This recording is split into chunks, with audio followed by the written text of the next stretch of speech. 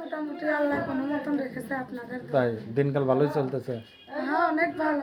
ভালো মন্দ এখন সবই আল্লাহর ইচ্ছা, আল্লাহ যা করবো ভালো লেগেই করবো। তা তো আছেই, আল্লাহ যা করবো সেটা। কষ্ট থাকলেও মানুষে বলতে পারে না, সামনে না থাকলে। আমি তোমার একটা বলবো, তুমি আরেকটা বিশ্বাস করবা? কখনোই বিশ্বাস করবে না। সেটা অবশ্য সরাসরি না আসলে তো দেখা যাবে না।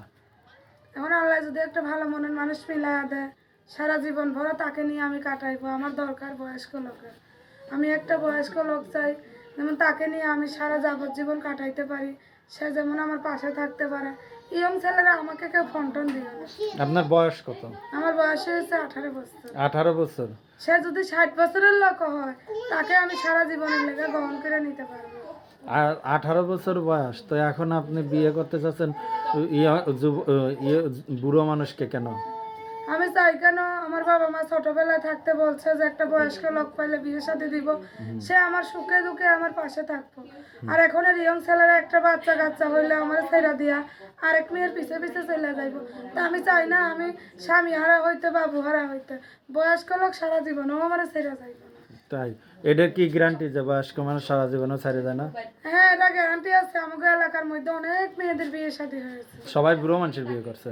অনেক পরে 5-6টা মেয়ের বিয়ে হয়েছে, ইয়ং মেয়ে বয়স্ক লোকের কাছে, তারাও সুখে শান্তিতে আছে। সবাই যদি বুড়ো মানুষ বিয়ে করেন তাহলে আমরা যুবকরা কই যাব?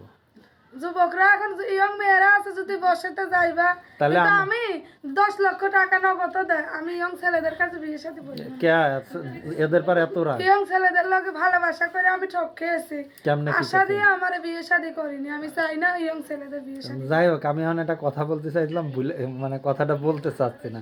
ইয়ং ছেলেরা যাই হোক, দরকার নাই, আজকে পরিবেশ না, পরিবেশ যেদিন অনুকূলে আসে সেদিন বলবো, ঠিক আছে?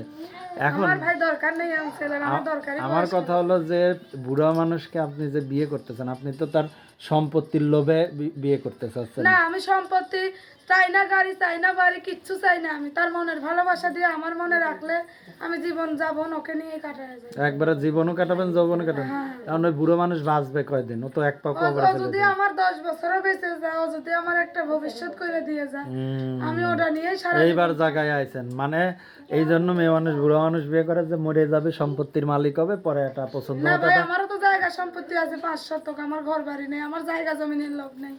আমার বাবা মা ছোটবেলায় থাকতে বলছিল তো, ওই বাবা মার আদব কায়দাটা পালন করি। আপনার সাথে যোগাযোগের নাম্বার আছে? হ্যাঁ আমি তো কইতে পারবো না, আমার লেখাপড়া নেই। কই নাম্বার কো? আমি যে নাম্বারটা দেন। 01725 01725 01725 এটা হলো আপনার নাম্বার না?